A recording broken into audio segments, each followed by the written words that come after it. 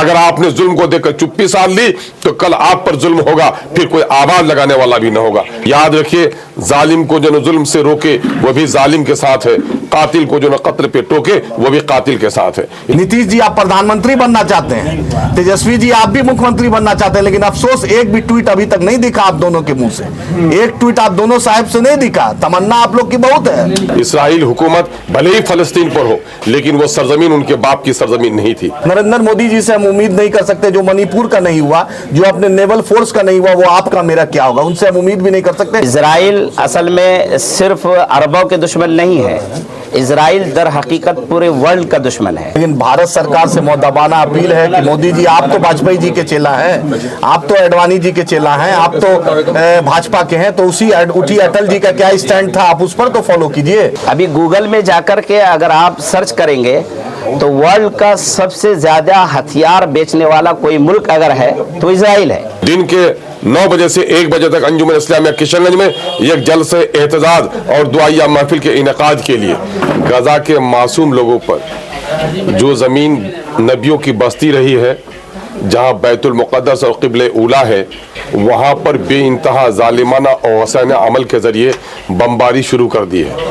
मासूम बच्चे, नौजवान, बूढ़े, औरतें, हत्ता के हॉस्पिटल में ज़ेरे इलाज ज़ख्मी और बीमार लोगों को भी नहीं बख्शा गया है। अब तक तकरीबन 7,000 से ज़्यादा बेगुनाह मासूम और निहत्ते फ़लस्तीनियों का इन लोगों ने कत्ल कर दिया है। और वो भी ये डाकुओं की हरकत है, ये जालिमों की हरकत है। इसराइल हुकूमत भले ही फ़लस्तीन पर हो, लेकिन वो सरजमीन उनके बाप की सरजमीन नहीं थी, बल्कि उस वक्त 1948 में एक छोटे से खित्ते में उनको बसाया गया था। और आज 6% रकबा पर जिनको बसाया गया था, आज फ़लस्तीन के 90% जमीन पर उसने कब्जा कर लिया है। भारत अगर भारतीयों का है, अगर इंग्लैंड अंग्रेजों का है, अगर अमेरिका वालों का है, तो यकीनन है कि सारी दुनिया ने गवाही दी है कि फ़लस्तीन की वार्ज़ मुक़द्दस फ़लस्तीनियों की है। इन जालिम ज़ायनिस्ट लोगों ने वहां पर जो जुल्म ढाया है, उसके खिलाफ पूरी अमन पसंद दुनिया चीख रही है। और हिरोशिमा नागासाकी पर जो बमबारी हुई थी, उससे ज्यादा केमिकल का इस्तेमाल हो चुका है। सारे हुदूद पामाल हो गए हैं और इस वक्त हमारा मुल्क न जाने कहां खड़ा है। हम इस वक्त पूरी अमन पसंद दुनिया से गुजारिश करते हैं, हम उठे हैं 31वीं तारीख बरोज मंगल दिन के 9 बजे से 1 बजे तक अंजुमन इस्लामिया किशनगंज में एक जलसे एहतजाज और दुआया महफिल के इनेकाद के लिए। उसमें किशनगंज की, सीमांचल की और बिहार की मारूफ मिल्ली तंजीमें हमारे साथ खड़ी हैं। इमाम जामे मस्जिद सिया जनाब सरवर इमाम कुम्मी साहब, जनाब समीम रियाजी साहब, जनाब मौलाना आफ्ताब अजहर सिद्दीकी साहब, हजरत मौलाना मुफ्ती कंजुल ईमान के वो हमारे साथ हैं, और तमाम तर मुअज़्ज़ज़ उलमा और दानिश्वरों की एक बड़ी जमीयत आज इस फरीजे को अंजाम देना चाहती है कि जुल्म के खिलाफ अपनी ताकत का इस्तेमाल, ताकत न हो तो अपनी आवाज लगानी चाहिए। और मोहसिन इंसानियत ने पैगाम दिया है कि पूरी उम्मत एक जिस्म वाहिद की तरह है, जिस्म के किसी भी अज़ू को तकलीफ पहुंचे तो पूरा जिस्म मुतासिर हो जाता है। हाँ, मुर्दा जिस्म पर इसका असर नहीं होता, लकवाज़दा जिस्म पर असर नहीं होता, लेकिन गैरत ईमानी जिनकी जिंदा है, यकीनन है कि वो इस दर्द को महसूस कर रहे हैं। इसलिए हम सभी लोग उठे हैं और हमें यह सिखाया गया है कि नाहक एक इंसान का कत्ल पूरी इंसान के कत्ल के बराबर है। जालिम के जुल्म में और दिफा में फर्क महसूस करना चाहिए। हम हुकूमत हिंद से ये मुतालबा करने के लिए उठे हैं कि अहिंसा की धरती रही है। गांधी से लेकर अटल बिहारी वाजपेयी तक ने फलस्तीन की हमायत की है। आज हमारी हमायत साफ और शफाफ तरीके से नहीं है। आपने रसद भेजा है, हम इसके लिए मुबारकबाद पेश करते हैं, लेकिन वहां पर रसद ही जरूरी नहीं है, बल्कि वहां के लोगों के जो वाजिब मुतालबात हैं, जंग बंदी पर दबाव डाला जाए, ये सबसे बड़ा फरीजा है। अरब की सरजमीन की निकम्मेपन पर भी हमको अफसोस है। हम इजहार तासुफ करते हैं और हम यहाँ अमन पसंद तमाम तर लोगों से, उसका जात और मजहब कुछ भी हो, उसके सियासी मसलक और मसरब कुछ भी हो, उससे ऊपर उठकर अपने इन मजलूम भाइयों के लिए आवाज उठे। याद रखिए, जालिम को जो न जुल्म से रोके वो भी जालिम के साथ है, कातिल को जो न कत्ल पे टोके वो भी कातिल के साथ है। इसलिए हम उठे हैं, हम आपके माध्यम से गुजारिश करना चाहते हैं, आपके जरिए से गुजारिश करना चाहते हैं कि तलबा व नौजवान, मजदूर और किसान, बड़े और बुजुर्ग, दानिश्वर, दीनी अहबाब, हमारे धार्मिक गुरु, सब लोगों से हम गुजारिश कर रहे हैं, आइए अमन की पुकार पर आइए, आइए मजलूमों के हिमायत में आइए, आइए जालिमों के खिलाफ आइए। अगर जुल्म के खिलाफ अगर आज आवाज उठाएंगे तो कल आप पर भी जुल्म होगा तो कोई आवाज उठाने वाला होगा। अगर आपने जुल्म को देखकर चुप्पी साध ली तो कल आप पर जुल्म होगा, फिर कोई आवाज लगाने वाला भी ना होगा। अपने इंसानी फरीजे को अंजाम दीजिए और 31वीं तारीख बरोज मंगल दिन के 9 बजे से 1 बजे तक जलसे एहतजाज और दुआया मजलिस में शिरकत होकर अपनी ईमानी गैरत और इंसानी उखवत का सबूत दीजिए। अंजुमन इस्लामिया किशनगंज। जितनी political party, student, youth federation, किसान, नौजवान बहन भाई और महिलाएं, सबसे मुद्दबाना अपील गुजारिश है कि इंसानियत का ये जो पैगाम भारत ने हमेशा दिया है, और आपने देख रहे हैं कि लगभग 1/4 फिलिस्तीन गाजा को खाली कर दिया गया, उसके घर को मिसमार कर दिया गया है। 50,000 से ऊपर औरतें प्रेग्नेंट और बच्चे बीमार हैं, डायलिसिस पे मरीज हैं, उनको दवा नहीं मिल रही है। बैप्टिस्ट हॉस्पिटल जो था उस पर बम बरसाया गया, 500 लोग शहीद हो गए, उसमें मौत आ गई। लेकिन भारत सरकार से मुद्दबाना अपील है कि मोदी जी, आप तो वाजपेयी जी के चेला हैं, आप तो एडवाणी जी के चेला हैं, आप तो भाजपा के हैं, तो उठी अटल जी का क्या स्टैंड था, आप उस पर तो फॉलो कीजिए। म्यांमार और भूटान और नेपाल और श्रीलंका जब ह्यूमन राइट्स पे वोट दे सकता है तो आप क्यों नहीं वोट दिए? आखिर क्या हुआ?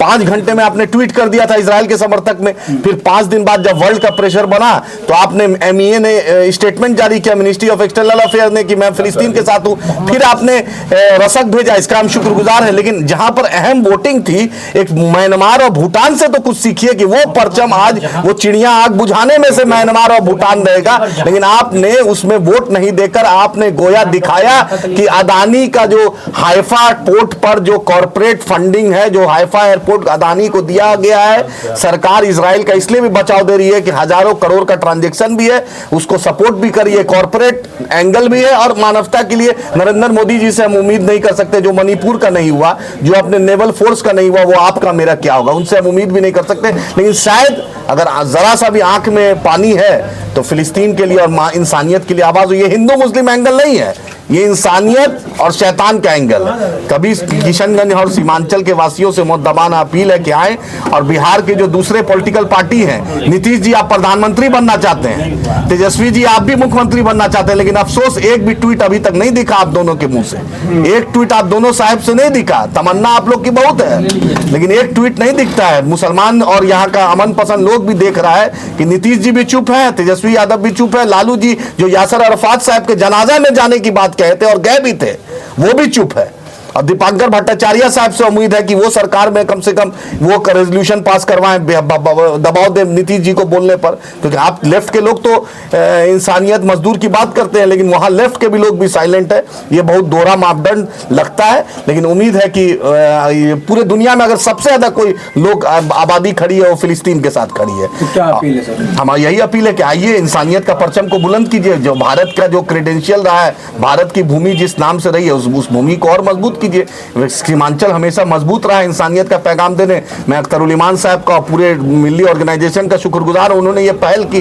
कम उनका ज़मीर जिंदा है, उनका एहसास जिंदा है कि आज फिलिस्तीन और इंसानियत के वो साथ हैं। इजराइल के खिलाफ इस वक्त आवाज़ उठाना हर इंसान की इंसानी ज़रूरत है। इजराइल असल में सिर्फ अरबों के दुश्मन नहीं है, इजराइल दर हकीकत पूरे वर्ल्ड का दुश्मन है। वो कहीं पर भी रहेगा तो फसाद मचाएगा। लिहाजा इजराइल की ज़रूरत अभी इंसानियत के लिए बहुत ख़तरनाक है। वो इजराइल, उसकी ज़रूरत नहीं है। इसके लिए हमारे हिंदुस्तान में तमाम हिंदुस्तानियों को आवाज़ उठानी चाहिए। असल में वहाँ पर जो कुछ भी हो रहा है वो इसलिए नहीं हो रहा है कि इजराइल पर हमला हो गया था। हकीकत में इसलिए हो रहा है कि इजराइल के पास हथियार है, उस हथियार को उसको टेस्ट करना है। अभी गूगल में जाकर के अगर आप सर्च करेंगे तो वर्ल्ड का सबसे ज़्यादा हथियार बेचने वाला कोई मुल्क अगर है तो इजराइल है, क्योंकि वो उन हथियारों को वहाँ पर जाकर के टेस्ट करते हैं। अभी आपने देखा होगा कि अमेरिका ने कुछ हथियार भेजा है, असल में उन हथियारों को वहाँ टेस्ट करने के लिए भेजा है। गज़ा पट्टी का जो वो इलाका है वो ओपन जेल है और उन लोगों पर उन हथियारों का टेस्ट किया जाता है। इजराइल की नीयत सही नहीं है, अमेरिका की नीयत सही नहीं है। आज गज़ा पट्टी पर और फ़लस्तीनियों पर हथियार टेस्ट कराए जा रहे हैं। कल आपकी बारी आ सकती है, मेरी बारी आ सकती है इसलिए तमाम इंसानों को चाहिए कि वह आवाज़ उठाएं। और बिलखुसूस हम एक ईमानी तकाज़े के हिसाब से हिंदुस्तान के सोए हुए मुसलमानों से भी कहेंगे कि भाई आप हुकूमत पर तो दबाव डाल सकते हैं। हमारे जनाब अख्तरुल ईमान साहब बहैसियत मजलिस इत्तेहादुल मुस्लिमीन के एक MLA होने के, इन्होंने आवाज़ उठाई। हमारे बहुत सारे MPs और MLA हैं और उनका नाम भी अहमद है, मोहम्मद है, अब्दुल्ला है। वो क्यों सोए हुए हैं? वो एक आवाज़ उठाने में क्यों डर रहे हैं? वो अपनी पार्टी को आवाज़ उठाने के लिए मजबूर क्यों नहीं कर रहे हैं?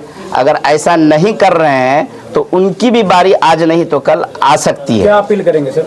अपील यही है कि मंगल के रोज़ सुबह 9 बजे 31 तारीख को अंजुमन इस्लामिया में मुतअद्दिद तंजीमों और मजलिस इत्तेहादुल मुस्लिमीन की सरकर्दगी में एक एहतजाजी प्रोग्राम करने जा रहे हैं। इंशाअल्लाह शुहदा के लिए दुआया मजलिस भी है, दुआ भी होगी। तो तमाम लोगों से दरख्वास्त है कि ज़रूर तशरीफ़ लाएँ और ये लोगों तक बातों को पहुँचाएँ।